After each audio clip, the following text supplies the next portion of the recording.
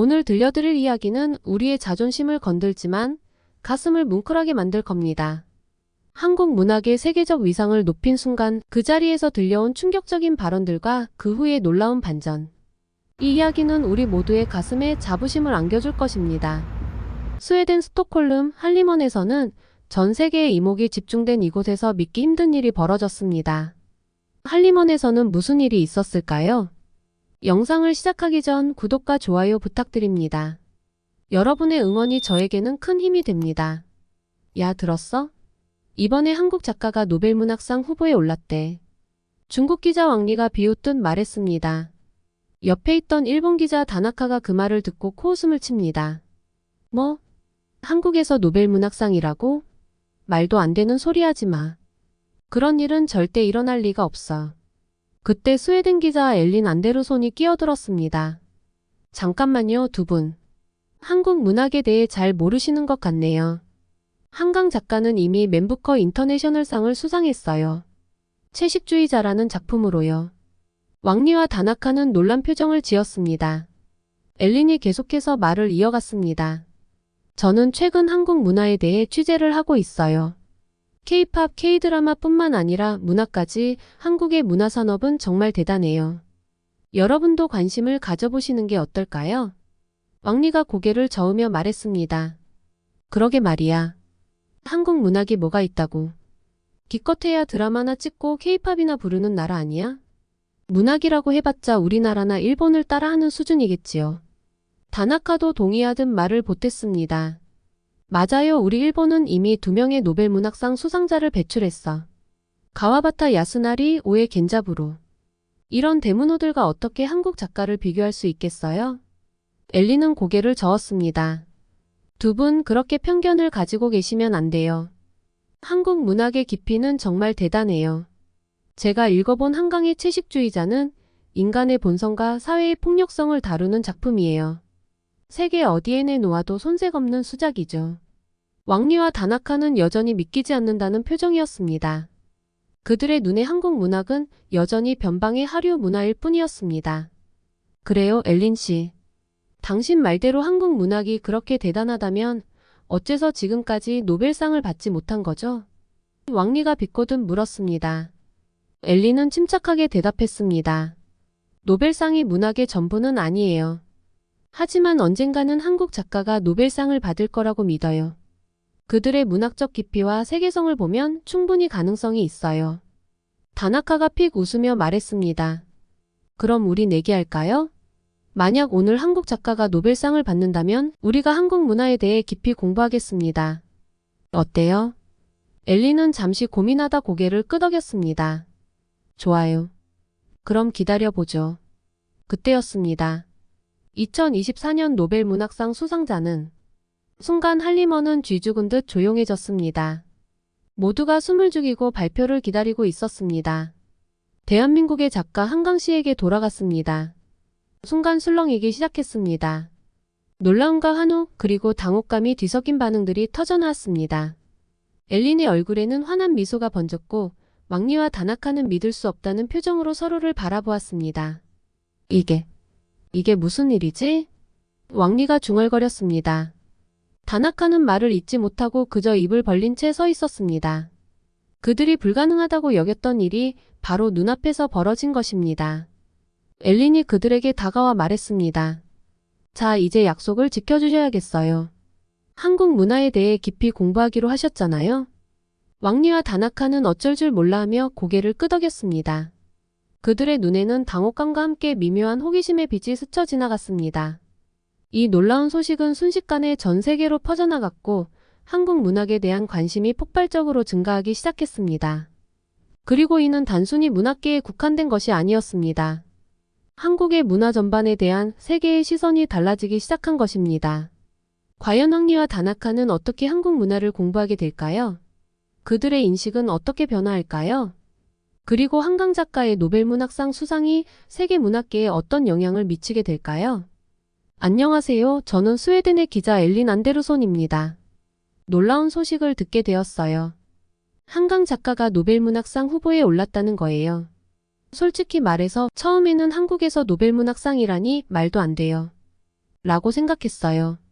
아시아 국가에서 노벨문학상 수상자가 나올 거라고는 전혀 예상하지 못했거든요.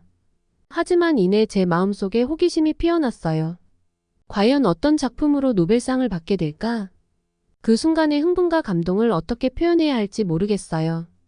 인간의 존엄성과 생명의 가치를 탐구하는 한국 문학의 깊이에 감동받았습니다. 한강 작가의 작품은 인류 보편적인 주제를 다루면서도 한국만의 독특한 정서와 역사를 녹여냈더군요. 라는 심사위원의 말에 저도 깊이 공감했어요. 이제 저는 한국 문학 그리고 한국 문화 전반에 대해 더욱 깊이 있는 기사를 쓰고 싶어요. 제가 경험한 이 놀라운 문화적 충격과 감동을 제 독자들과 나누고 싶어요. 한국 문학은 제게 새로운 세계를 열어주었고 이제 저는 그 세계를 더 많은 사람들에게 소개하고 싶습니다. 앞으로 제 칼럼에서는 한국 문학 특집 기사를 연재할 예정이에요.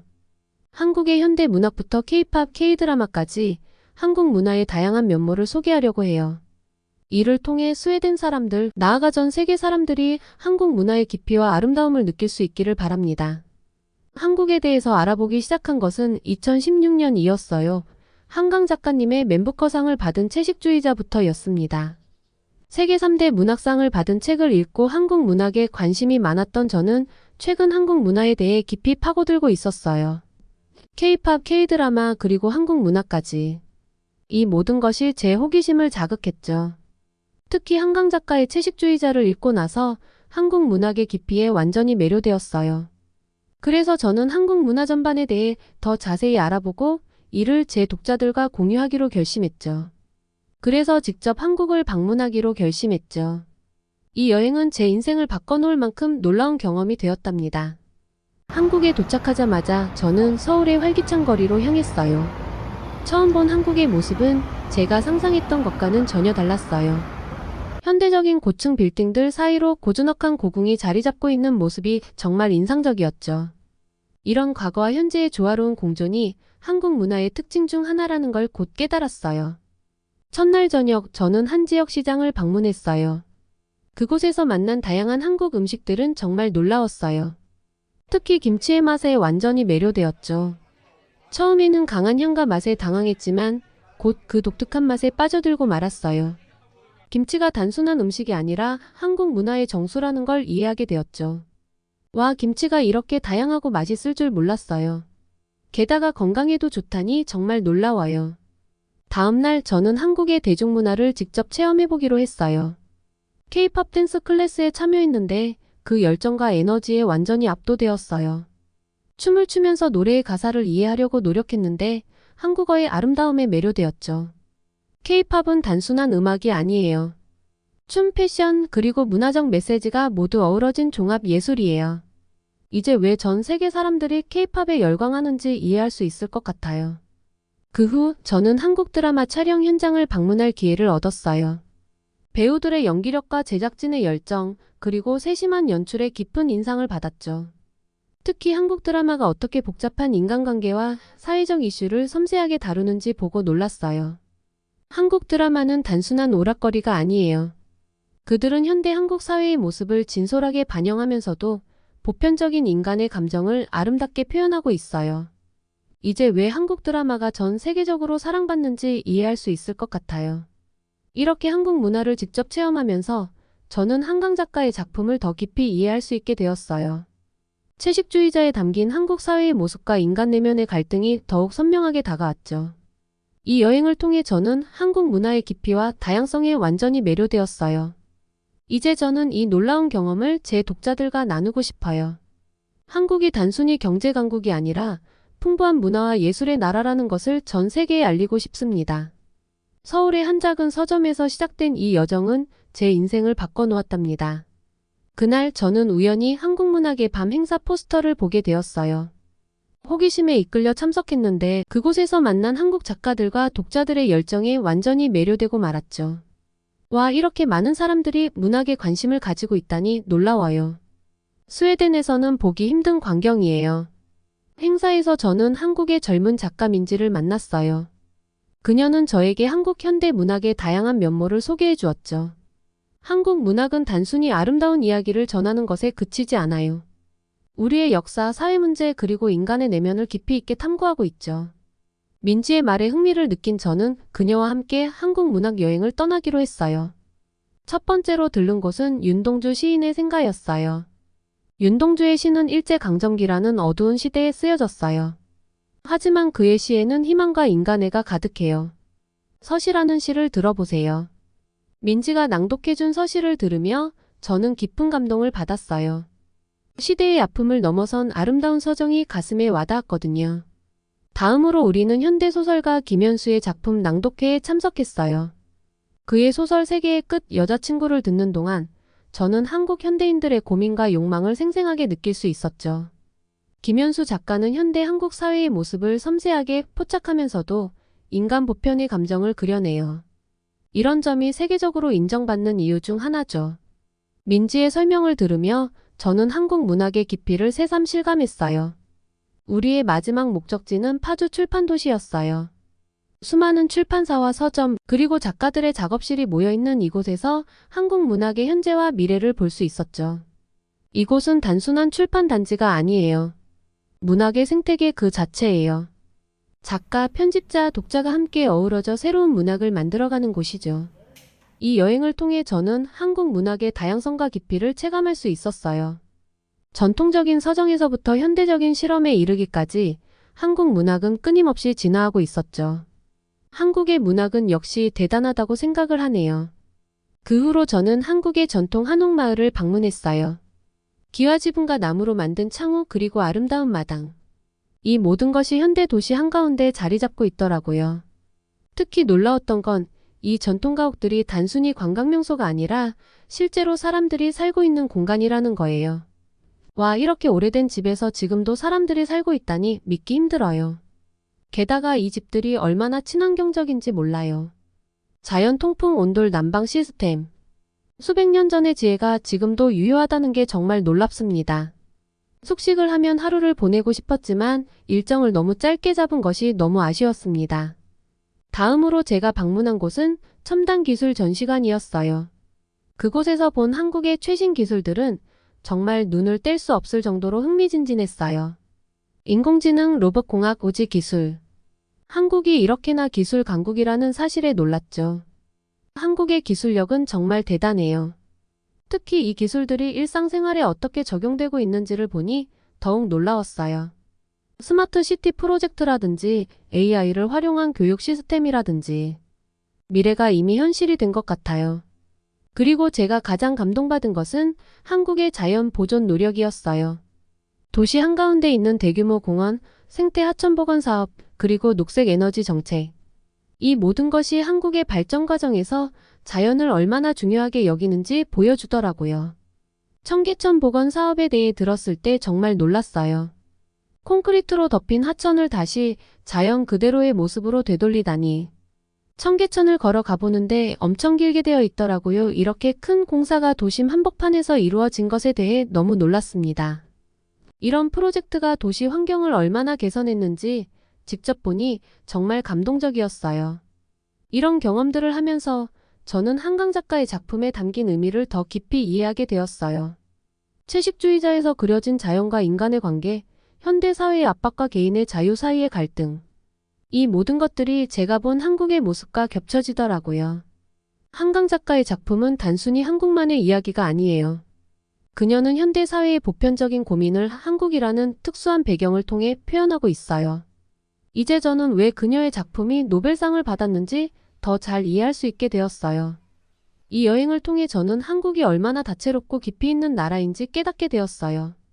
전통과 현대, 자연과 기술이 조화롭게 공존하는 이 나라의 모습에서 저는 미래 사회의 한 모델을 보게 된 것 같아요. 한국 문학 여행을 마치고 돌아온 후 저는 더욱 흥미진진한 프로젝트를 시작하게 되었어요. 바로 한국 문학을 스웨덴에 소개하는 일이죠. 이 과정에서 저는 또 다른 놀라운 발견을 하게 되었답니다. 제가 가장 먼저 한 일은 한강의 채식주의자를 스웨덴어로 번역하는 것이었어요. 번역 과정은 정말 쉽지 않았죠. 한국어의 미묘한 뉘앙스와 문화적 맥락을 스웨덴어로 옮기는 일은 때로는 불가능해 보이기까지 했어요. 손님이라는 단어 하나를 번역하는 데에도 수시간을 고민했어요. 한국에서 손님이 가지는 의미와 무게감을 어떻게 전달할 수 있을까요? 하지만 이 과정에서 저는 두 문화 간의 흥미로운 연결고리를 발견하게 되었어요. 예를 들어 한국의 한과 북유럽의 멜랑콜리 사이의 유사성을 발견했죠. 둘 다 깊은 슬픔과 아름다움이 공존하는 감정이라는 점에서요. 이런 발견들이 제게는 정말 놀라웠어요. 지리적으로는 멀리 떨어져 있지만 인간의 근본적인 감정에서는 이렇게 가까울 수 있다니.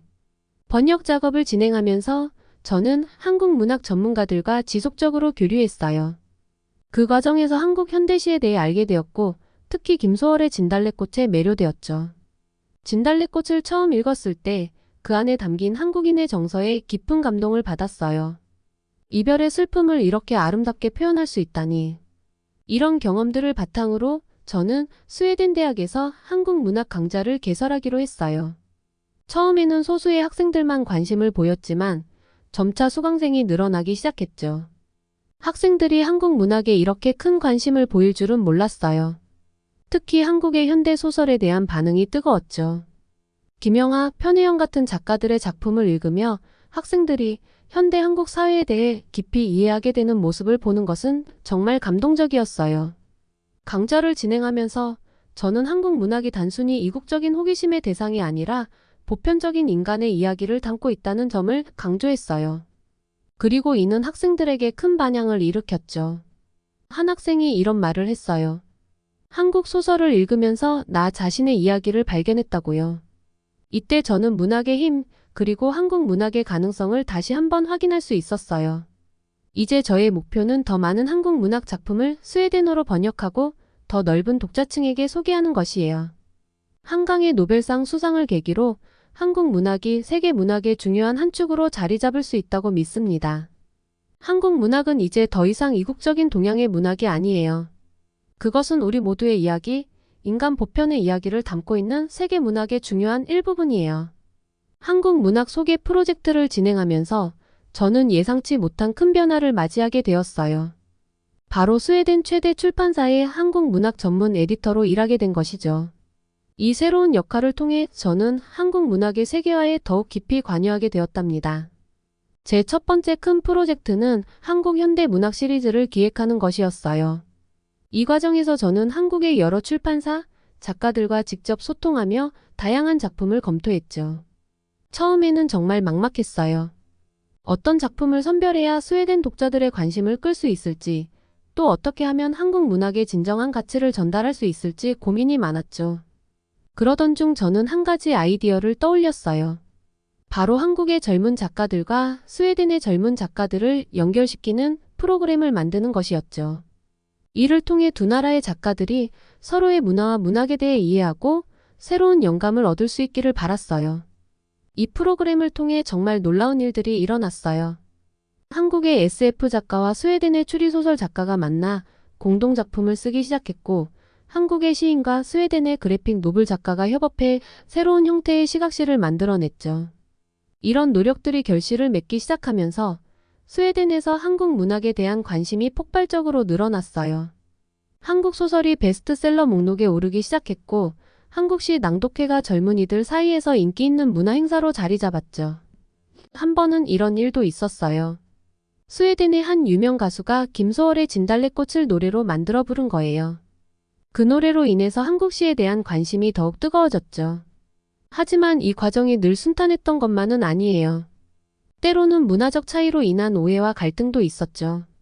특히 한국 작품의 일부 내용이 스웨덴의 문화적 감수성과 충돌할 때면 어떻게 해결해야 할지 고민이 많았어요.